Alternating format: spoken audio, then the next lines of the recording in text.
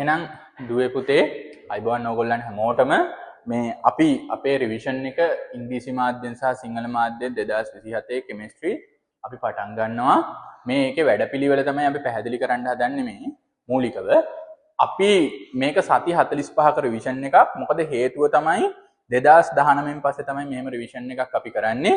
මොකද 2020 21 ආදී වශයෙන් එද්දී අපිට එහෙම ලොකු රිවිෂන් පන්ති කරගන්න අපිට හැකියාවක් තිබුණේ නැහැ. ඉතින් දැන් අපිට එම හම්බ වෙලා තියෙනවා රිවිෂන් එකක් සහ තියරි එකක්. එතකොට විභාගයට අඩුපාඩු වෙලා තියෙන ඕනෑම ළමෙක්ට බිඳුවේ ඉන්න ළමෙක්ට උනත් මේ රිවිෂන් සහ පේපර් ක්ලාස් සීරීස් එකට ඇවිල්ලා පුළුවන් අපිත් එක්ක එකතු වෙලා වැඩ කරලා එයාගේ ප්‍රතිඵල හදාගන්න. එහෙනම් ප්‍රතිඵල හදාගත්තු ළමයි අපිත් එක්ක පහුගිය අවුරුදු වල අනන්තවත් හිටියා. ඉතින් අපේ රිවිෂන් එක ගැන ඔය අපේ පන්ති ආපු දරුවෝ නම් දන්නවා.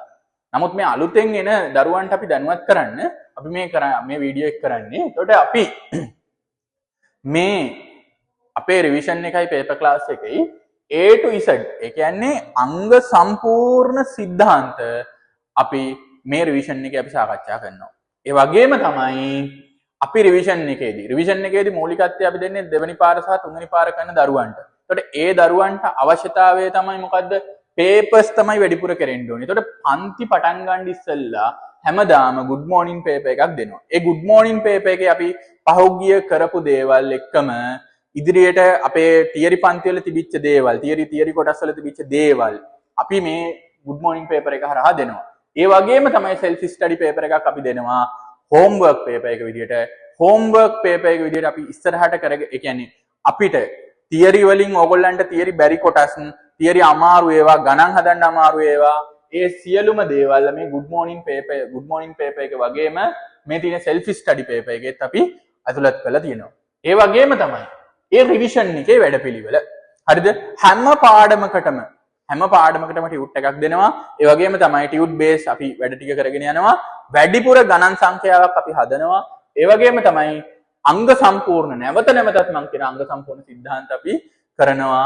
ඒ වගේම තමයි ඔන්න අපි පේපර් ක්ලාස් එක දිහාවට ගියොත් එහෙම පේපර් ක්ලාස් එකේ පේපර් ක්ලාස් පේපර්ස් කියලා අපි වෙනම කැටගරි එකක් තියෙනවා. ඒ වගේම තමයි ෆුල් පේපර්ස් කියලා තව කැටගරි එකක් තියෙනවා පේපර් ක්ලාස් එකේ. පේපර් ක්ලාස් පේපර්ස් අපි මුල ඉඳන් ඒ කියන්නේ අපි ගත්තොත් එහෙම සැප්තැම්බර් මාස අපි පටන් ගන්න දවස් ඉඳන් අපි පේපර් ක්ලාස් පේපර්ස් ටිකක් පටන් ගන්නවා. MCQ 25ක්, ස්ට්‍රක්චර්ඩ් දෙකක්, essay දෙකක් එක්ක පේපර් ක්ලාස් පේපර් එක අපි ස්ටාර්ට් කරනවා. හරිද? ඒකේ සම්පූර්ණ විෂය නිර්දේශයත් ඒකේ විෂය නිර්දේශය අපි සම්පූර්ණයෙන්ම අන්තර්ගත කරලා තිනවා පේපර් ක්ලාස් පේපර් එකෙත්. ඒ වගේම තමයි සැප්තැම්බර් මාසෙ ඉඳලා දෙසැම්බර් මාසෙ වෙනකන් හැම මාසයකටම එක ෆුල් පේපර් එක ගානේ හැම මාසෙකම සැප්තැම්බර් මාසෙ ඉඳන් දෙසැම්බර් මාස වෙනකන් හැම මාසෙකම අන්තිම සතියේ අපි ලියනවා ෆුල් පේපර් එකක්. ෆුල් පේපර් එකේ තියෙනවා MCQ 50ක්, ස්ට්‍රක්චර්ඩ් 4ක්, essay 6න් 4ක් ඕගොල්ලෝ ලියන්න ඕනි. ඒවා අපි බලලා දෙනවා. ඒ වගේම තමයි මේ හැම එකකටම ආන්සර් ෂීට්ස් අපි දෙනවා. good morning paper එකට, ඒ වගේම තමයි self study paper එකට අපි ආන්සර් ෂීට් දෙන මට ඒක කියන්න ඕනිකම තිබුණා. ඒ වගේම තමයි මේ ෆුල් පේපර් එකේත් පේපර් ක්ලාස් පේපර්ස් වලත් හැම එකකටම ඩිස්කෂන්ස් අපි ලබා දෙනවා. හරිද? ඒකින්ද ඔයගොල්ලෝ කිසි දෙයකට බය වෙන්න එපා. මේක අංග සම්පූර්ණ රිවිෂන් එකක් මේ කරන්නේ. ඒ වගේම තමයි පේපර් ක්ලාස් එකක්.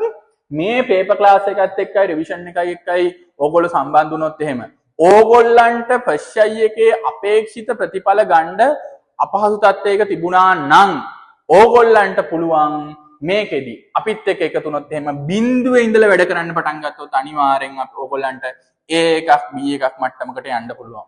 ඒ වගකීමෙන් කියන මොකද විභාගයට සති 45ක් තියෙනවා. ඒ සති 45 ඉඳලා බිඳුවේ ඉඳලා පටන් ගත්තොත් එහෙම හරිද?